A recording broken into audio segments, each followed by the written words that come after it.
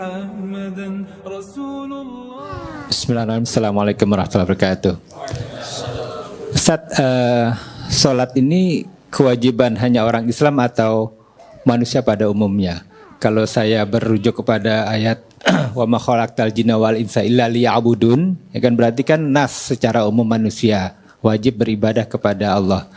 Kemudian ayat yang Ustaz sebut tadi, wa ma arsalnaka illa rahmatan lil alamin. Nabi Muhammad itu diutus rahmat kepada seluruh alam, bukan hanya kepada umat Islam.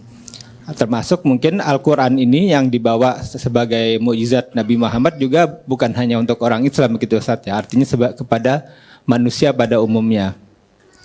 Nah, yang ingin saya tanyakan, bagaimana cara kita mendakwahkan Al-Quran ini kepada orang di luar sana? Karena khawatir saya pribadi khususnya, apabila pada masanya mereka dihisab, mereka belum masuk Islam, kemudian mereka bilang tidak pernah ada yang menyampaikan kepada saya tentang Islam, tentang Al-Quran, tentang sholat kita yang hari ini kita bahas di sini. Tapi orang di sana tidak pernah tahu sehingga mereka tidak melakukan sholat. Nah, sementara kita masing-masing kan wajib untuk menyampaikan itu ya, walaupun hanya satu ayat. Mohon bagaimana menurut pendapat Ustadz supaya kita bisa minimal terbebas dari kewajiban menyampaikan kepada orang yang di luar sana. Tafadhol Ustadz. Terima kasih. Ada dua pertanyaan ya. Pertama terkait dengan sholat, apakah kewajiban yang mengikat bagi umat Islam saja atau mengikat bagi seluruh makhluk. Tadi Anda berdalil dengan menggunakan Quran surah 51 Adz-Dzariyat ayat 56, tapi saya sedikit mengoreksi. Wa ma khalaqtu, bukan khalaqta. Wa ma khalaqtul jinna wal insa illa liya'budun. Dan tidaklah aku ciptakan jin dan manusia itu. Di situ alif lamnya berfungsi istighraq. Istighraq itu maksudnya mencakup semua tanpa kecuali. Jadi artikannya segala, semua. Padanannya begini, alhamdulillahi rabbil alamin. Artikan segala puji. Kalau sudah segala, semua, kita jangan ikut di situ. Oke? Misal, Masya Allah, anaknya kok pintar sekali gitu, juara terus di sekolah. Lalu orang tuanya berkata, alhamdulillah, itu semua dari Allah. Nah, itu sudah sampai situ. Jangan ditambahin, ya memang sih saya juga sebagai ibunya malam juga saya bimbing. Nah, itu mengurangi kadarnya. Oke? Itu al. Nah, balik. Wa ma khalaqtul jinna wal insa, pakai alif lam. Jadi sebetulnya komitmen menuhankan Allah, beribadah kepadanya, itu komitmen semua manusia. Ya, saya ulangi, komitmen semua manusia. Karena itu perjanjian pertama sebelum terlahir ke muka bumi, saat diberikan roh ke dalam jasadnya, komitmennya itu menuhankan Allah. Itu yang di Quran surah 7 ayat ke 172. Qalu bala syahidna. Makanya komen Nabi dari ayat itu, kullu mauludin yuladu alal fitrah. Setiap yang terlahir itu punya fitrah. Fitrah yang dimaksud di situ, fitrah kecenderungan menuhankan Allah. Kecenderungan menuhankan Allah, bahasa singkatnya disebut dengan din. Kepasrahan ketundukannya disebut Islam. Konfirmasinya di Quran surah 30 ayat 30. Fa'aqim wajhaka lid-dini hanifa. Din, fitratallahi allati fataran nasa 'alaiha, fitrah. Apa itu din? Quran surah 3 ayat 19. Innad dina 'indallahil Islam. Apa itu Islam? Hadis Muslim nomor hadis yang ke-8. Antashhada an la ilaha illallah. Balik lagi ke syahadat. Jadi semua manusia itu pasti punya fitrah spiritual, mencari Tuhan dia. Cari Tuhan. Karena ada kewajiban ibadah. Nah, bagi yang sudah menemukan Allah sebagai Tuhannya, maka ekspresi untuk ibadah itu dilakukan lewat apa? Sholat. Itu yang dimaksud Quran surah ke-20 ayat ke-14. Ya, innani anallahu la ilaha illa ana fa'budni. Gimana caranya? Wa aqimis sholata lidzikri.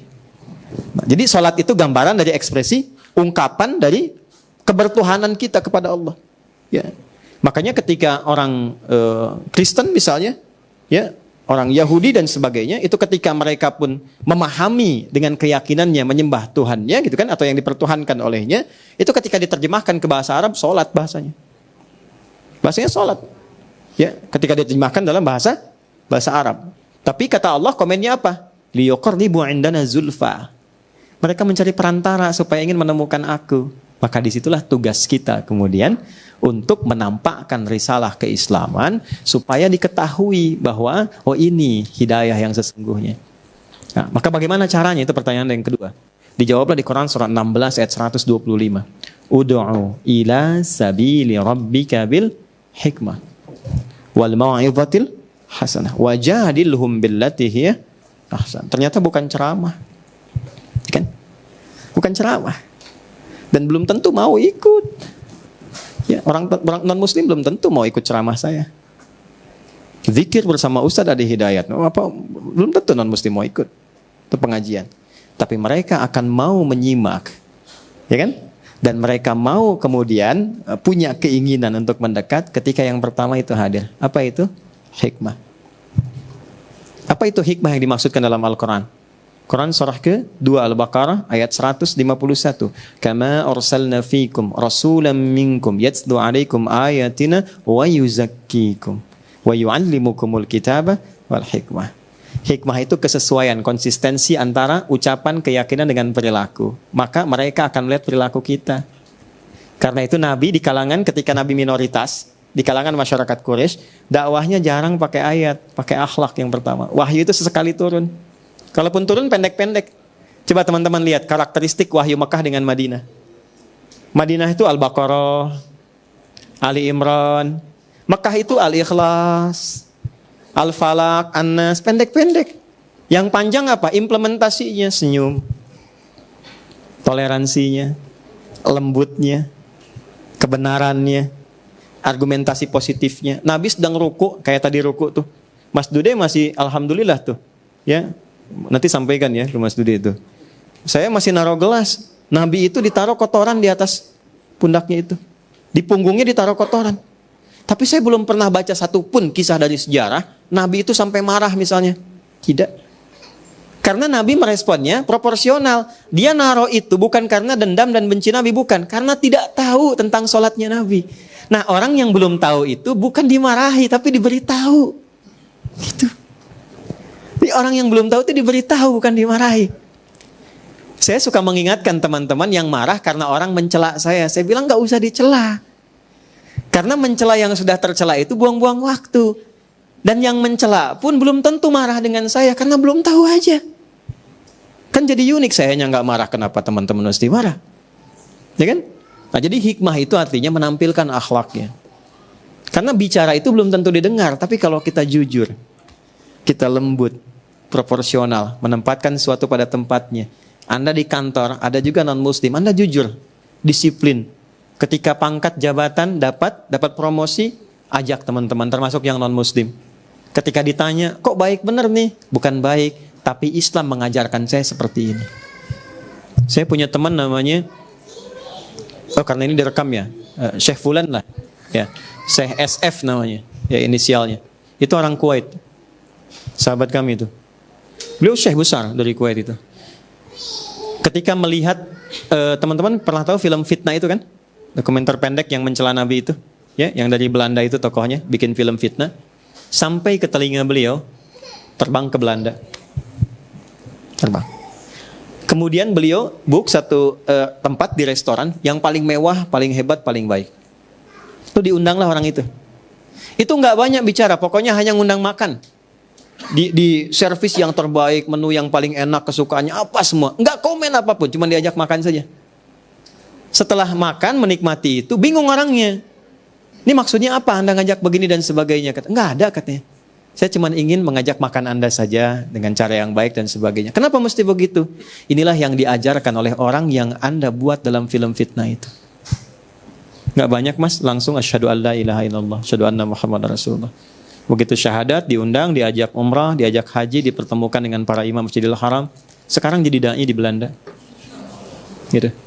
Terlalu banyak ceramah dan kata-kata yang kita ungkapkan, tapi tidak menjadi mutu yang baik ketika tidak diiringi dengan akhlak yang baik. Ya, kalaupun maaf ilmunya bagus, penyampaiannya baik, tapi kalau yang keluarnya kata-kata yang tidak elok, celaan, merendahkan orang dan sebagainya. Jangankan yang belum beriman, yang sudah beriman pun kadang-kadang gusar. Ya, tapi bukan berarti mesti mencela juga, sama saja kalau kita juga mencela. Jadi pertama tampilkan akhlak, yang kedua doa. Doakan paling murah. Ya, teman-teman yang punya teman belum beriman, punya tetangga non-muslim, coba dalam sehari berapa kali mendoakan mereka. Anda menuntut mereka mendapat hidayah tapi tidak pernah mendoakannya, bagaimana? Ya, minimal doakan. Ya. Lalu setelah itu praktekkan akhlak, bikin makanan, masak, kan hadisnya berlaku. Jika seorang masak makanan, baunya sampai ke tetangga, maka bagilah tetangga walaupun kencang sekali kuahnya itu ya. Anda masak soto ayam, tetangga kasih kuahnya, Anda makan sotonya, ya. Terus tetangganya tanya, kok saya cuman kuahnya? Hadis Nabi. Nabi yang jadi korban kan? Gitu. Itu maksudnya begini. Sekarang kan banyak bumbu ya. Bumbu-bumbu itu supaya nggak salah paham. Nabi sudah jauh-jauh hari, walaupun singkong tapi bumbunya bumbu rendang. Bagi supaya nggak salah paham. Tapi pertanyaan saya bukan itu. Nabi pernah nggak bilang gini? Kalau tetangga Anda Muslim saja, cari demi Allah cari sampai kiamat kurang 2 hari nggak akan ditemukan. Nggak sehari lagi buat tobat. Saya selalu bikin 2 hari kurang 2 hari, sehari lagi buat tobat. Ya, buat kita berpikir kembali, merefresh lagi. Nggak pernah Nabi bilang kalau tetangga Anda Muslim. Oke? Sekarang punya tetangga non-muslim bagi. Jangan dilewati, bikin makanan enak banget yang muslim dikasih. Terus non-muslim lihat. Insya Allah Pak, kayaknya enak ya. Emang enak sih? Bener enak, cuman sayang ibu kafir. Wah itu dosanya bener tuh, berlipat betul. Bikin, kunjungi. Gak harus Assalamualaikum, selamat pagi, keto. Bapak kata iya, ini ada sedikit mungkin bisa dicoba. Kalau enak, ya mudah-mudahan baik. Terima kasih Bapak, baik banget. Bukan baik, Islam yang mengajarkan saya untuk berbagi. Demi Allah Pak ya, itu besok saat dia mengembalikan panci, itu sudah bisa Assalamualaikum. Assalamualaikum, seumur hidupnya belum tentu Anda dengar itu. Ibu, iya saya mau ngembaliin panci. Enak banget, cuman mau tanya Pak, apakah hari ini Islam mengajarkan berbagi lagi? Oh ya, besok lagi.